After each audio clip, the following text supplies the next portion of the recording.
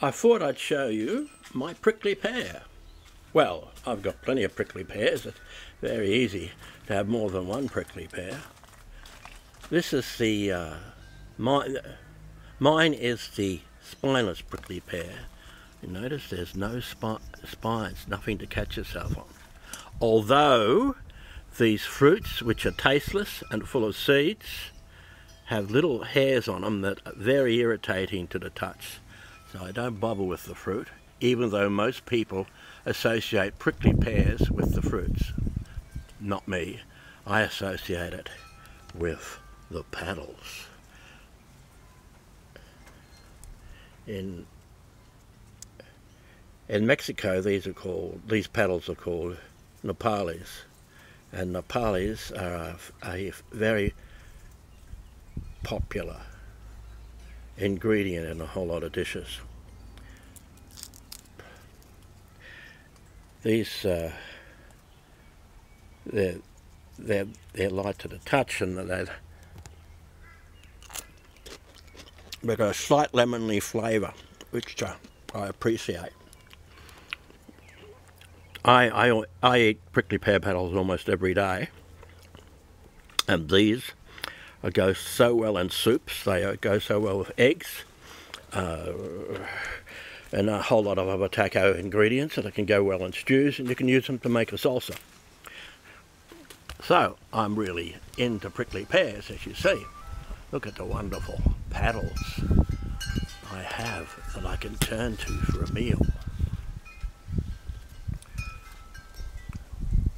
Note, if you want to grow the petals like that, because I only eat the succulent young petals, even when they're small, sometimes only a few days or less than a week old.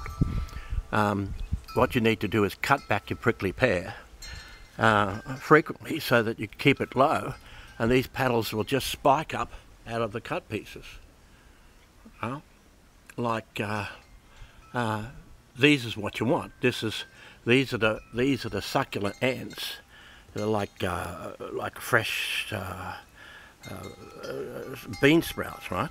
But and they're ready for the picking any time you want.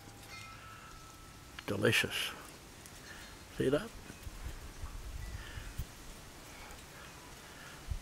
And you can imagine how much meal I've got here. Since I have them I eat the prickly pear petals almost every day. I need a good supply.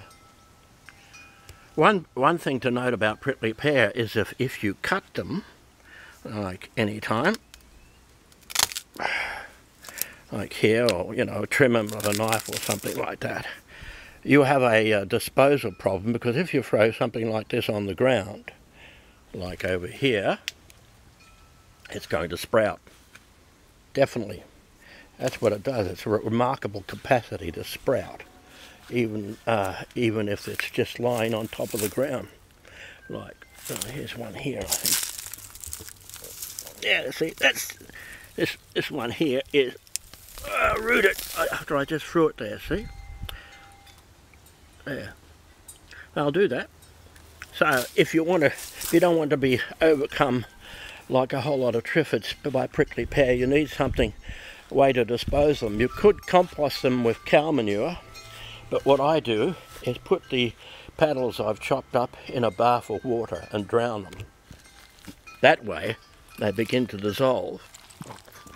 They come up really slimy. This slime that comes off the prickly pear is something I treat like a weed tea. It's very soft. Its attributes are very similar to aloe vera juice.